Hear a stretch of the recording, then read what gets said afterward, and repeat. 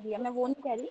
जब आप अपने कॉन्टैक्ट्स में जाते हो और मनीषा मैम को सर्च करते हो धीरे-धीरे, दैट मीन्स आपको वो मतलब आपको वो मनीषा मैम का नंबर चाहिए, उसके लिए आप क्या कर रहे हो, स्कैन कर रहे हो। स्कैन मतलब बहुत ध्यान से पढ़ना है।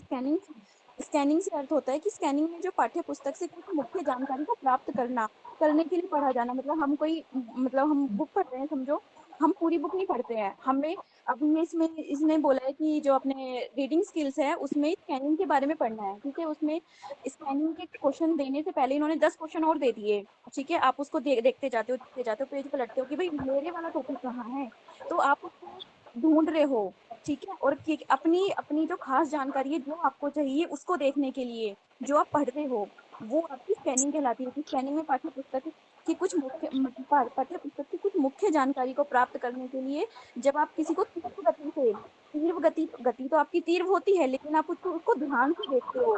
तीव्र गति से देखकर पढ़ना ही स्कैनिंग कहलाता है। कि किसी विशेष सूचना की जब आप जानकारी ग्रहण करते हो, ठीक है। लेकिन गहराई से नहीं पढ़ा जाता, उसको गहराई तो नहीं कर रहे हो आप, हाँ लेकिन जी। मतलब आप उसको पढ़ रहे हो, ठीक है। जैसे जो आपको मुझसे सीखना चाहिए उसी को ढूंढने पर आप ध्यान केंद्रित करते हैं आप, ठीक है। हाँ वो जी, आप बिल्कुल सही बता रही है ये। ठीक है, स्कैनिंग में तो क्या कर रहे हो आप, एक स्पेसिफिक इन्फॉर्मेशन को ढूंढ रहे हो जल्दी-जल्दी, ठीक है? और स्कीमिंग में आप क्या कर रहे हो, ऊपर-ऊपर से पढ़कर मेन आइडिया लगा रहे हो कि भई मैंने ये बुक पढ़ ली और इसका मेन आइडिया ये है, ये जो टॉपिक मैं पढ़ रहा हूँ। सिर्फ हाँ आप हेडिंग या जैसे सब हेडिंग आप पढ़ लेते हो या पहला या लास्ट पैराग्राफ पढ़ लेते हो, वो आ जाता है आपका किसमें, स्कीमिंग में, यानी कि मोटा-मोटा आपने पढ़ा है। और स्कैनिंग में क्या करते हो, आप डिटेल में जाके जिस वर्ड को ढूँढना चाहते हो, उस वर्ड को क्या करते हो, आप ढूँढते हो। आप कोई डिक्शनरी उठाओ, आपको कोई शब्द जैसे आप अभी मैंने रेलेवेंट बोला, उसको मतलब प्रासंगिक, आपको वही ढूंढना है डिक्शनरी में जाके। तो आप पूरी डिक्शनरी को पढ़ने के बजाय अपना वर्ड वो उस आर वाले अल्फाबेट पे जाओगे, ठीक है। आप उसको फिर उसके बाद आर अल्फाबेट पे जाके आप रेलेवेंट ढूंढोगे, रेलेवेंट रेलेवेंट कर करके। तो आप अपना जो पढ़ते तो आप जल्दी हो, लेकिन आप ढूंढते अपनी विशेष जानकारी हो। जैसे कि कोई खास शब्द होता है, कोई तिथि हो सकती है, कोई नाम हो सकता है, कोई परिभाषा तथ्य है। जैसे हम कोई अपनी बुक पढ़ते हैं हम हिस्ट्री की, उसमें हमें मैम ने पूछा कि 1857 का विद्रोह निकालो आप। तो आप फटाफट बुकों के पेज पलटोगे, आपको पता है इस पेज पे मेरा ये मिल जाएगा। तो मतलब कि वो आप क्या कर रहे हो, स्कैनिंग कर रहे हो।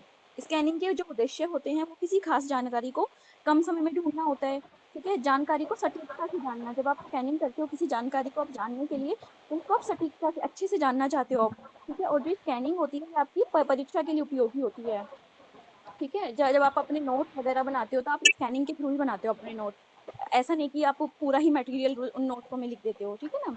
विशेषताएं होती हैं कि बहुत तेज पठन प्रक्रिया होती है ये, ठीक है। मुख्य जानकारी को ही खोजना खोजना होता है इसमें। मेन जो आपका मकसद होता है वो कम समय के लिए उपयोगी होता है। अगर किसी के पास कम टाइम है, जैसे नोट्स वगैरह जब कोई बनाता है, तो उसके लिए, ठीक है। स्कीमिंग होती है जिसको हिंदी में बोलते हैं सरसरी तौर पे पठन करना। सरसरी इन द सेंस ऊपर ऊपर से पढ़ लिया आपने, कि मतलब कोई आपको बुक पढ़नी है, ठीक है। आपको लेकिन इंटरेस्ट नहीं है, किसी मैम ने बोल दिया कि यार रीड करो, मैं भी बाथरूम करके आ रही हूँ, तो आपको लेकिन इंटरेस्ट नहीं है, लेकिन आपने फिर भी सरसरी बस देख लिया, हाँ हाँ हाँ ये एक दो शब्द पढ़ लिए कि मैम ने पूछा अच्छा बताओ ये वो क्या होता है, पठन कौशल क्या होता है। आपने एक लाइन पढ़ी कि पठन कौशल, अच्छे से पढ़ना, पठन कौशल आपने बता दिया। वो आपकी हो गई स्कीमिंग, कि आपने बस ऊपर ऊपर से पढ़ लिया। इसमें पाठ को केवल ऊपरी ऊपरी तौर पर पढ़कर उसका सार समझना होता है, ठीक है ना। कि मैंने बोला जैसे कि आपने एक लाइन पढ़ ली कि भाई पठन कौशल होता है अच्छे से पढ़ना, पठन कौशल कहलाता है, ठीक है ना। अर्थात कोई पाठ के जरिए लेखक का विचार जानना कि वो क्या प्रस्तुत करना है। जैसे हम कोई हिंदी में हम चैप्टर या इंग्लिश में कोई चैप्टर पढ़ते हैं, पूरा चैप्टर ना पढ़ करके हम उसका वो पढ़ लेते हैं, सार पढ़ लेते हैं, ठीक है। वो आपका स्कीमिंग कहलाता है। केवल यही जानना कि उद्देश्य क्या है, उस जो लेसन है उसका क्या उद्देश्य है, स्कीमिंग कहलाता है या फिर पठन कहलाता है, ठीक है। इसमें क्या उद्देश्य होते हैं, इसके मुख्य सार मतलब अध्याय का विषय जानना कि हमें किस उद्देश्य से वो पढ़ाया जा रहा है, ठीक है। मुख्य बिंदुओं की पहचान मतलब इंपॉर्टेंट पॉइंट्स निकाल लेना फटाफट। लेखक के विचार जान लेना कि भाई इसमें लेखक क्या कहना चाहता है। जैसे अब हिंदी की बुक में मैम पहले वो लेखक का परिचय दिया होता था, मतलब 11th 12th में 9th 10th में होता था। तो क्या होता है कि उस पाठ को पढ़ने से पहले लेखक का परिचय जान लेते हैं हम, अच्छा उसने इस पाठ में ये बताया गया है। तो ये चीज हो गया, आपका स्कीमिंग हो गया, फटाफट पढ़ लेना। इसमें क्या होता है, समय की बचत होती है, सामान्य समझ के लिए आपकी नॉर्मल नॉर्मल नॉलेज हो जाती है, लेकिन उसमें क्या होता है, सॉरी, स्किमिंग में बस आपकी नॉर्मल नॉलेज होती है, बस आपने जान लिया कि अच्छा इसमें ये बताया गया, ठीक है, हो गया, जल्दी जल्दी से आप पढ़ते हो उसमें, ठीक है। और जो आपकी रेलेवेंट सूचना होती है उसका क्या मतलब है, मतलब इसमें 3 पॉइंट पूछा था ना आपको, स्कीमिंग, स्कैनिंग और रेलेवेंट एक्सट्रैक्ट इन्फॉर्मेशन, तो मैं बता रही हूँ प्रासंगिक सूचना, रेलेवेंट इन्फॉर्मेशन। पाठ से केवल वही जानकारी चुनना या प्रश्न चुनना, उद्देश्य या फिर विषय से संबंधित हो, जो मतलब हम कोई चैप्टर है उसमें से सिर्फ हम उसी चीज को देख रहे हैं। अब मैं कैसे समझाऊं, कि मतलब जैसे मैम ने बोला कि फटाफट मेरे को आपने पठन पोषण पढ़ा है, उसके फटाफट मेरे को उद्देश्य बताओ। जिसको आता है उसने बता दिया। अभी यहाँ पे बात हो रही है जिसको नहीं आता, उसने फटाफट उसके उद्देश्य निकाले। सिर्फ उसने क्या करा, कुछ नहीं पढ़ा उसका, सिर्फ उसने उद्देश्य निकाला उसका, कि जल्दी जल्दी से उसके उद्देश्य निकालते हैं कि वो मतलब उसका क्या उद्देश्य होता है, तो फटाफट आपने उसका उद्देश्य निकाला और मैम को बता दिया। वो होता है कि आपको सिर्फ स्पेसिफिक वही जानकारी चाहिए, ठीक है। प्रासंगिक सूचना मतलब जैसे मैंने इसमें उदाहरण में लिखा है कि 1857 के विद्रोह के ही परिणाम जानना, उसको है, उसके लिए केवल परिणामों को ही पढ़ेगा इंसान, ठीक है ना। मतलब जैसे मैंने उद्देश्य बोला तो आप उद्देश्य को ही पढ़ोगे, उसके आगे पीछे आप कुछ नहीं पढ़ोगे, ठीक है। बाकी चीजों पर ध्यान ना देना, ठीक है? ये होता है मैम। हाँ जी, बिल्कुल सही, वेरी गुड बेटे। देखो अगर आप इनमें डिफरेंस करो तो क्या हो जाएगा, स्कैनिंग क्या है, स्कीमिंग क्या है और एक्सट्रैक्टिंग रेलेवेंट इंफॉर्मेशन क्या है। स्कैनिंग में तो आपने कोई स्पेसिफिक नॉलेज या स्पेसिफिक जानकारी आप ढूंढना चाहते हो। दूसरा स्कीमिंग में क्या है, आप बेसिक आइडिया लेना चाहते हो, ठीक है। और थर्ड क्या है, आप भाई किसका फोन है, शिल्पी बेटा माइक ऑफ रखा करो अपना। शिल्पी माइक ऑफ कर लो, ऐसे ही जब ज्योति समझा रही थी ना बीच में आवाज आ रही थी। यस मैम जी, वो अभी कहीं चली गई है शिल्पी, मैं कौन करती अपना। वो पूरा दिन वो नहीं रखती है। ठीक है मैम, माइक ऑफ करते हैं हम, देखो उधर कोई था इसलिए देखो। शिल्पी ऑफ कर दे, ठीक है। तो आपको कोई विशेष जानकारी लेनी है तो आप क्या कर रहे हो, स्कैनिंग कर रहे हो। मेन आइडिया लेना है कि भाई ये चैप्टर है या ये क्वेश्चन है, जैसे मैं आपको पढ़ा रही हूँ तो मैंने जस्ट उसका मेन आइडिया आपको बता दिया, वो स्कीमिंग में आ गया।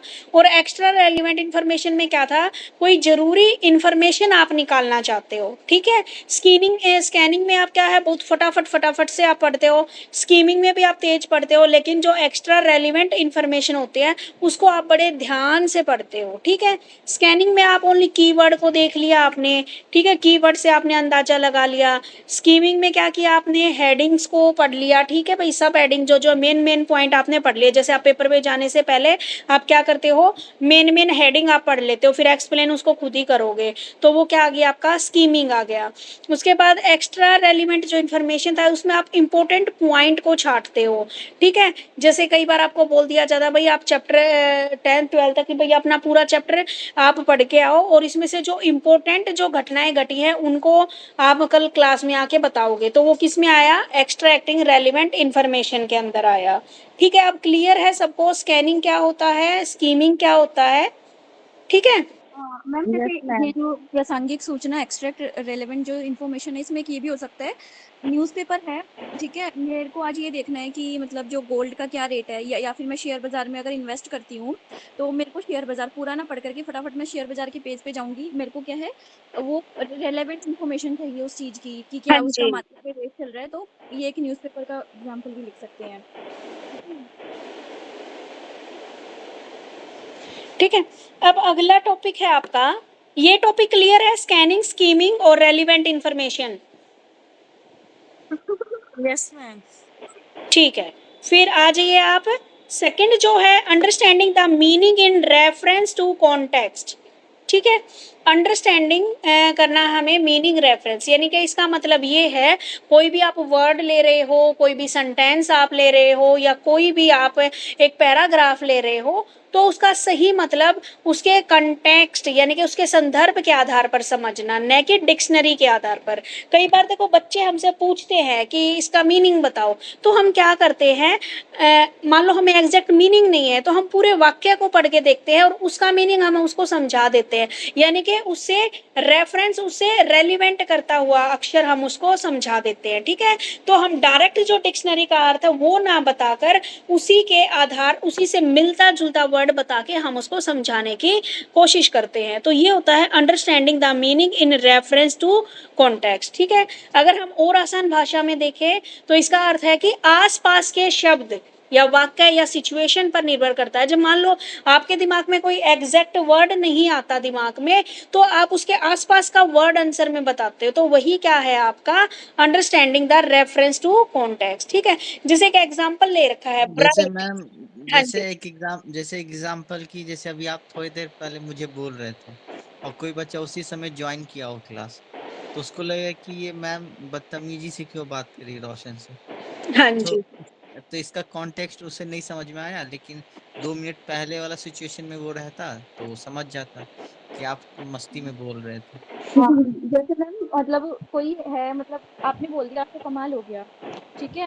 जब तक आप उसको बताओगे नहीं कि कमाल जो हो गया वो आपने किस कॉन्टेक्स्ट में कहा है या फिर किस प्रसंग में कहा है, कोई क्या समझेगा कि मैम ने आज क्या दुख में बोला है, खुशी में बोला है कि आज तो कमाल हो गया, ठीक है ना। तो वो पता ही नहीं लगेगा कि आपने किस कॉन्टेक्स्ट में बोला है। वही है ना, मतलब आपको अर्थ ही नहीं समझ में आएगा इन द सेंस, मतलब प्रसंग एक ऐसी स्थिति होती है जो किसी घटना संवाद मतलब घटना संवाद की वह परिस्थिति की वह किस परिस्थिति, किस वातावरण, किस समय, किस स्थान या किस सामाजिक संस्कृति के संदर्भ में कहा गया है। प्रसंग के ज्यादा आसान शब्दों में कहें तो जैसे प्रसंग का सीधा अर्थ ये होता है कि कोई बात किस, मतलब कोई बात या घटना या फिर कोई भी विषय को कब, कहाँ, कैसे, क्यों कहा गया है, किसके संदर्भ में कहा गया है, वो बताना।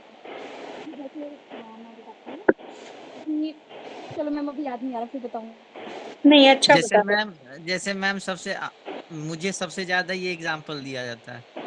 जैसे मेरी दीदी है शादीशुदा, तो वो हमेशा कहती है कि देखो पति पत्नी के पीछे मत आके समझाया करो, क्योंकि हम दोनों एक हो जाएंगे, तुम ऐसे ही साइड में डांट खा जाओगे, क्योंकि हम दोनों का कॉन्टेक्स्ट हमेशा अलग रहता है। तुम किसी और वे में लोगे, तुम्हें लगेगा कि हम दोनों झगड़ा करें, पर दोनों का मस्ती रहता है, और तुम बेवजह खराब बन जाओगे सबके नजर में। तो ये एग्जाम्पल हो गया।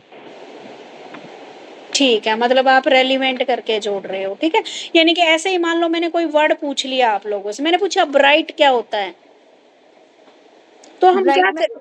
हाँ सही बात है ये मैम, आपने ब्राइट पूछा कि मुझे समझ में आया कि ब्राइट हो सकता है मैम, आप सनलाइट की जो ब्राइटनेस होती है उसके हाँ बारे में बात कर रहे हो, ठीक है। हाँ। लेकिन आपने पूछा है कि ब्राइट कि स्टूडेंट के बारे में पूछा है आपने, हाँ लेकिन जी। मेरे को जो टाइम पे समझ में आया कि हो सकता है मैम ने सनलाइट के बारे में हाँ पूछा, जी, तो मैंने मतलब बता हम दिया क्या सनलाइट के करते बारे में हैं, पूछा है। उस वर्ड के आसपास मिलता जुलता वर्ड हमारे दिमाग में आ जाता है, ठीक है। या अब जैसे मान, या जैसे मैम होमोनिम्स पढ़ते हैं। जैसे कि एक था हाँ बैंक जी, बोलते, तो हाँ बिल्कुल सही बात। बैंक जो बोलते हैं नदी के किनारे के लिए भी होता है, एक बैंक होता है जहाँ पे डिपॉजिट करते हैं। एक लाइट का मतलब हल्का हो गया, एक लाइट का मतलब रोशनी हो गया। हाँ जी, मतलब वही मैंने चीज है। पूछा, हम ब्राइट का मतलब कभी सोच रहे, कोई बच्चा सोच रहा है कि कोई चमकने वाली चीज, जैसे सूरज क्या है, ब्राइट है, या फिर अगर इसका एग्जैक्ट मीनिंग देखें तो क्या है, उज्जवल।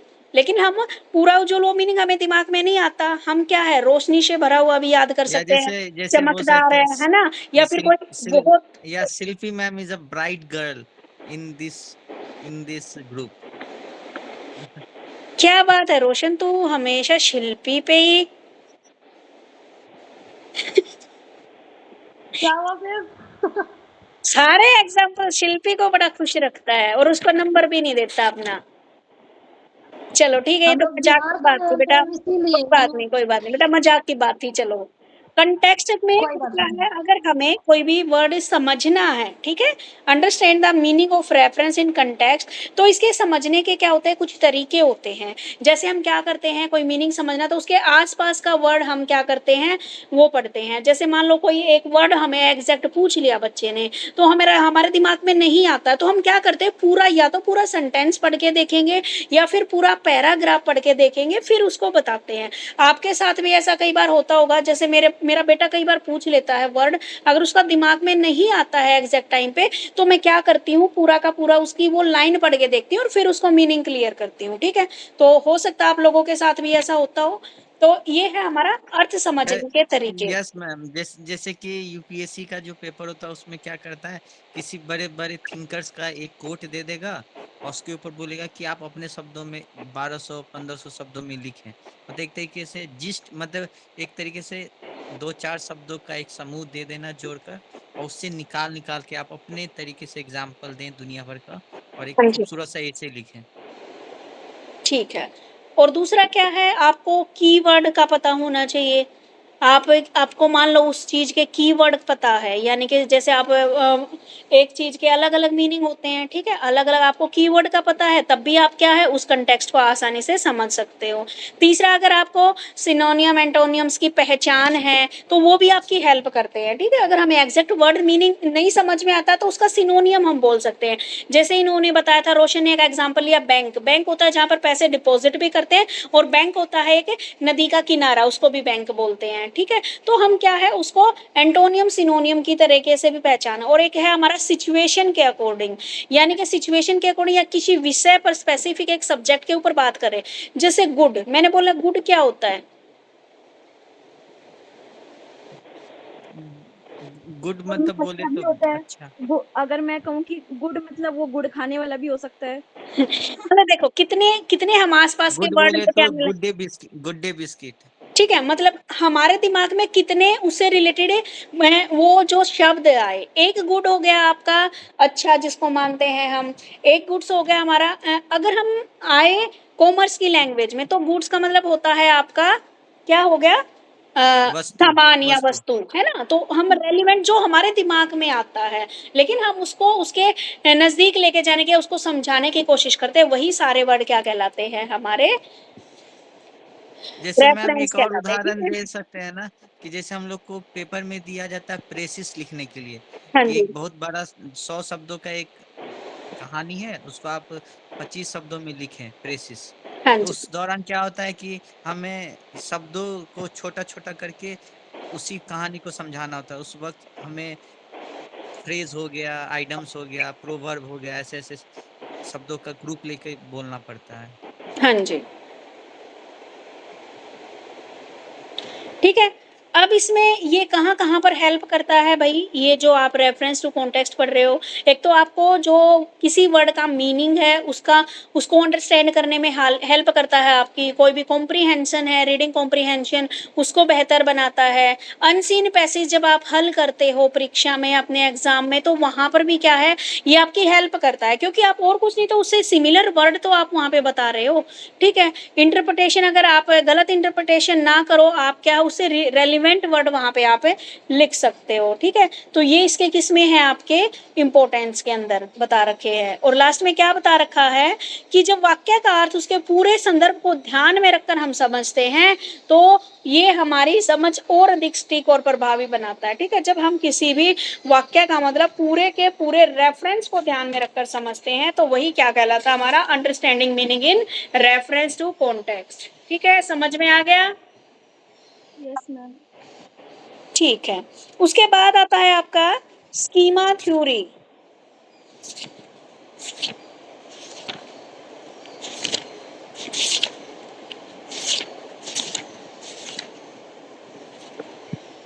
स्कीमा,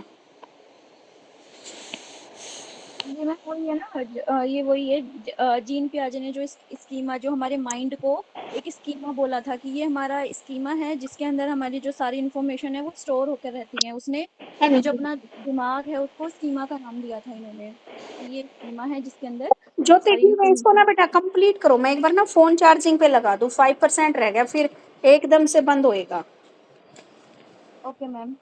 जो आपकी स्कीमा थ्योरी है, ये आपको पता है जीन पियाजे ने दी थी, जो आपके वो मानसिक विकास के सिद्धांत से जुड़ी है, जिसको बोलते हैं कॉग्निटिव डेवलपमेंट, ठीक है, उससे जुड़ी है। जीन पियाजे के जो संज्ञानात्मक विकास है उसके अनुसार कहते हैं कि भाई वो बालक है विभिन्न अवस्थाओं में, जो मतलब जीन पियाजे के अनुसार बालकों का जो विकास है 4 अवस्थाओं में होता है। ये हमने फर्स्ट ईयर में पढ़ा था, ठीक है। जैसे फर्स्ट है मतलब कौन सी है,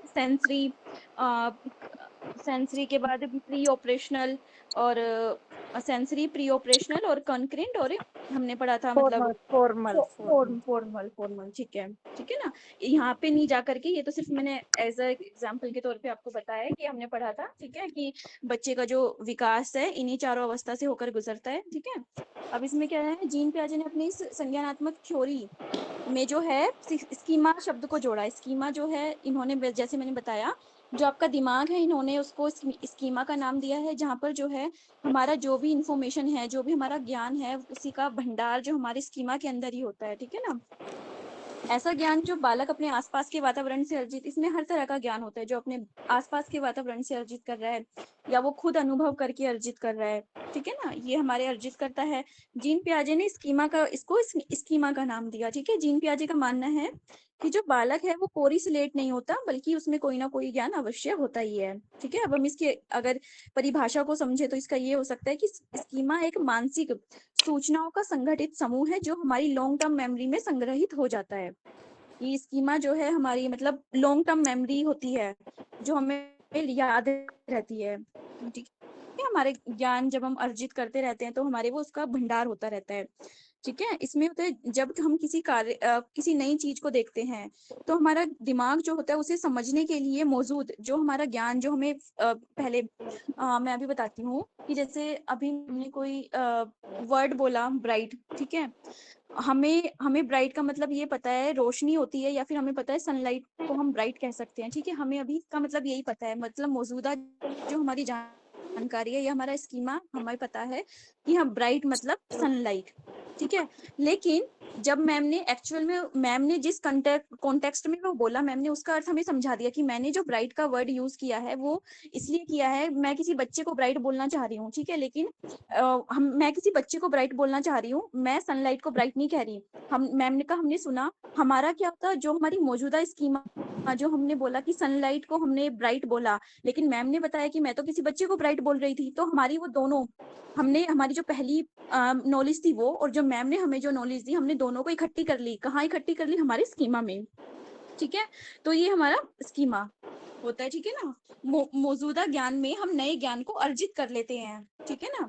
जैसे हमें फर्स्ट ईयर में जैसे था कि कोई छोटा बच्चा है, उसको ये पता है 4 पैर वाले सारे, उसने एक कुत्ते को देखा तो उसने अपने जो दिमाग, जो हमारा स्कीमा है उसमें ये धारणा बना ली, 4 पैर वाले, एक पूंछ वाला, हमें सारे कुत्ते ही होते हैं, ठीक है। लेकिन एक दिन क्या हुआ, वो कहीं बाहर जा रहा था, उसने देखा कि गाय जा रही है, लेकिन उसने उसको कह दिया कुत्ता। लेकिन वो उसकी मम्मा ने उसको बताया, बेटा ये मतलब डॉग नहीं है, ये है आपकी काऊ।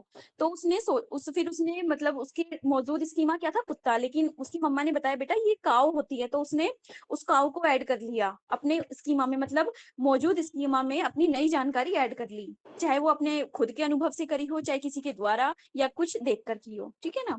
तो ये होता है स्कीमा कि मतलब पुराने मतलब जब कुत्ते के, मैं आपको बताती हूँ, मौजूद स्कीमा या ज्ञान का उपयोग करता है। उदाहरण के लिए यदि बालक के पास कुत्ते का स्कीमा मतलब ज्ञान है, तो वह किसी 4 पैर वाले या एक पूंछ वाले किसी भी दूसरे जानवर को देखता है, वो पहले अपने मौजूदा स्कीमा का ही यूज करता है और उसको कुत्ता बोल देता है, ठीक है। लेकिन जब जब उस स्कीमा में कोई संशोधन मतलब कोई करेक्शन कर देता है, तो उस स्कीमा में उस जानकारी में वो नया ज्ञान जोड़ लेता है, ठीक है, जिसे आप समायोजन करते हो। ये फिर मैं उसकी थ्योरी पे चली गई हूँ, ठीक है। स्कीमा के जो कुछ सिद्धांत दिए हुए हैं इन्होंने, मतलब जो जीन पियाजे ने ही दिए थे, जैसे आप एसिमुलेशन होता है, ठीक है, जिसको आत्मसात्करण करना, मतलब कि नई जानकारी को बिना किसी बदलाव के ही पुराने स्कीमा में जोड़ लेना। उदाहरण, कुत्ते को देखकर उसने बिल्ली कहा, सॉरी, कुत्ते को देखकर उसने बिल्ली कहा और कोई बदलाव नहीं किया, ठीक है।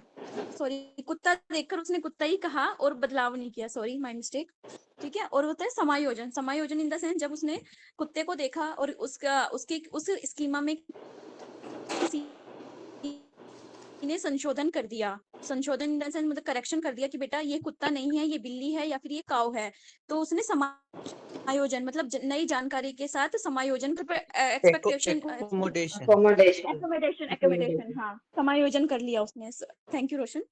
ठीक है, तो उसको मतलब समझ में आ गया कि कुत्ता बिल्ली या फिर जो काऊ है वो तीनों चीजें अलग अलग होती हैं। ठीक है, उसके बाद होता है संतुलन मतलब अब उसने अपने दिमाग में इन चीजों को लेकर संतुलन बिठा लिया।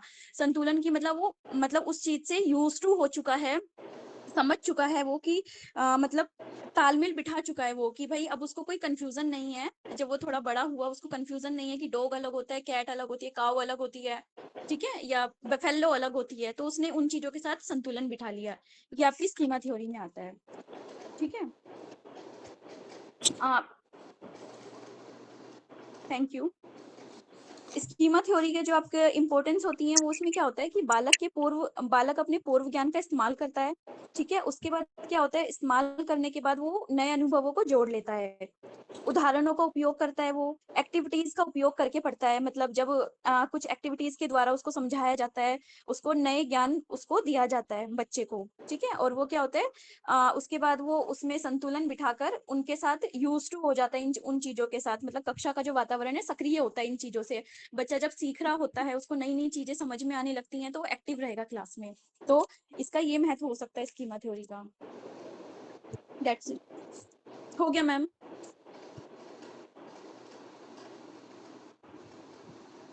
हाँ, ये ऐसा इसलिए कर पाता है क्योंकि वाइगोस्टीज हैं, उन्होंने कहा था कि हमारे पास पूर्व ज्ञान पहले से हमारे अंदर होती है, जिसको हम जब करने जाते हैं तो करने के दौरान हमें वो चीज वापस से हमें वो जो हमारा जो अनकॉन्शियस माइंड या कॉन्शियस माइंड है वो याद करके चला जाता है, जिसकी उन्होंने वजह एक बोला था ना कि जो मनुष्य जब पैदा होता है उसके अंदर एक जन्मजात एलईडी मतलब एलईडी यंत्र होता है। यंत्र मतलब एक्चुअली में वो होता नहीं है, लेकिन उन्होंने उसको माना है। मतलब अपनी कल्पनाओं में, जैसे हम ग्लोब पे कह देते हैं भूमध्य रेखा होती है, देशांतर अक्षांतर मतलब हम पृथ्वी पे कोई ये एक्चुअल में खींची थोड़ी हुई है, ये तो हमने मतलब उसके बारे में जानने के लिए अपने आप को हमने उसको मतलब कुछ दर्शाया जिससे कि जिसके जिसके जरिए हम पृथ्वी के बारे में जान सकते हैं। जैसे कि कोई भी साइंटिस्ट है तो वो साइंटिस्ट इसलिए बन पाया क्योंकि उसके अंदर वो ऑलरेडी उसके अंदर इंफॉर्मेशन मौजूद था। उन्होंने लगातार प्रैक्टिस करते करते करते करते अपने अंदर की वो एनर्जी को डेवलप कर लिया, जिसकी वजह से वो एक नई थ्योरी और एक नया कानून, एक नया नियम दे पाया, क्योंकि उसके पास ऑलरेडी वो इंफॉर्मेशन पहले से था, जिसको उसने लगातार प्रैक्टिस करके, सिमुलेशन करके, एकोमोडेशन करते हुए इक्विलिब्रियम फेस में आके एक थ्योरी दे दिया, जिसको हम लोग कहते हैं। यही है वाइगोस्टी और पियाजे के बीच में डिफरेंस, कि एक कहते हैं प्रैक्टिस करते रहो तो तुम्हारा इनर नॉलेज आ जाएगा वापस से याद, और एक कहते हैं कि प्रैक्टिस करो तो तुम्हें न्यू इन्फॉर्मेशन जाके तुम्हारे लॉन्ग टर्म स्टोरेज में जाके बैठ जाएगा।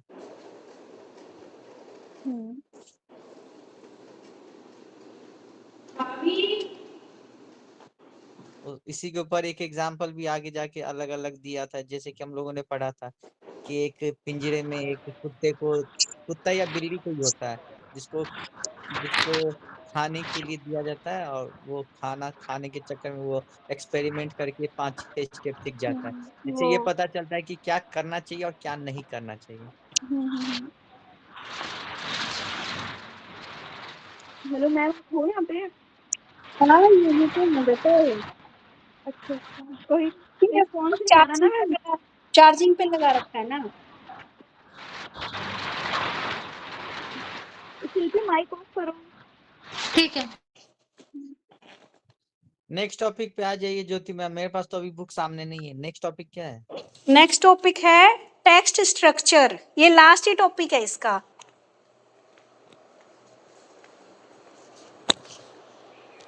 से सीखते हुए आए हैं कि इंट्रोडक्शन देना है, इंट्रोडक्शन के अंदर जहाँ पे हम परिभाषा और एग्जाम्पल, फिर उसके सब टाइप्स, उसके बाद पॉजिटिव निगेटिव, यही सब बताना है क्या मैम? हाँ जी, लास्ट में मतलब आप कंक्लूजन। एक कैसे फॉर्मेशन करोगे आप, जैसे बोलते हैं ना वाक्य का निर्माण कैसे करते हैं, तो राइटिंग में यही टॉपिक है, text structure in context to writing. Writing में आप टेक्स्ट स्ट्रक्चर कैसे करोगे, कैसे वाक्य का निर्माण करोगे। तो मैम इसका तो बेसिक तरीका है कि आपको सबसे पहले लेटर का जानकारी होना चाहिए, लेटर के बाद वर्ड का होना चाहिए, वर्ड के बाद सेंटेंस का, सेंटेंस के बाद फिर आपको छोटे से पैराग्राफ का, पैराग्राफ से फिर आपको स्टोरी का, स्टोरी से फिर आपको एक नोटिस हो गया, लेटर हो गया, ईमेल हो गया, उसके बाद आपको पोस्ट मास्टर हो गया, ये सब। और उसके बाद लास्ट में आप एक बुक लिखते हैं, बुक से फिर लाइब्रेरी लिखते हैं, लाइब्रेरी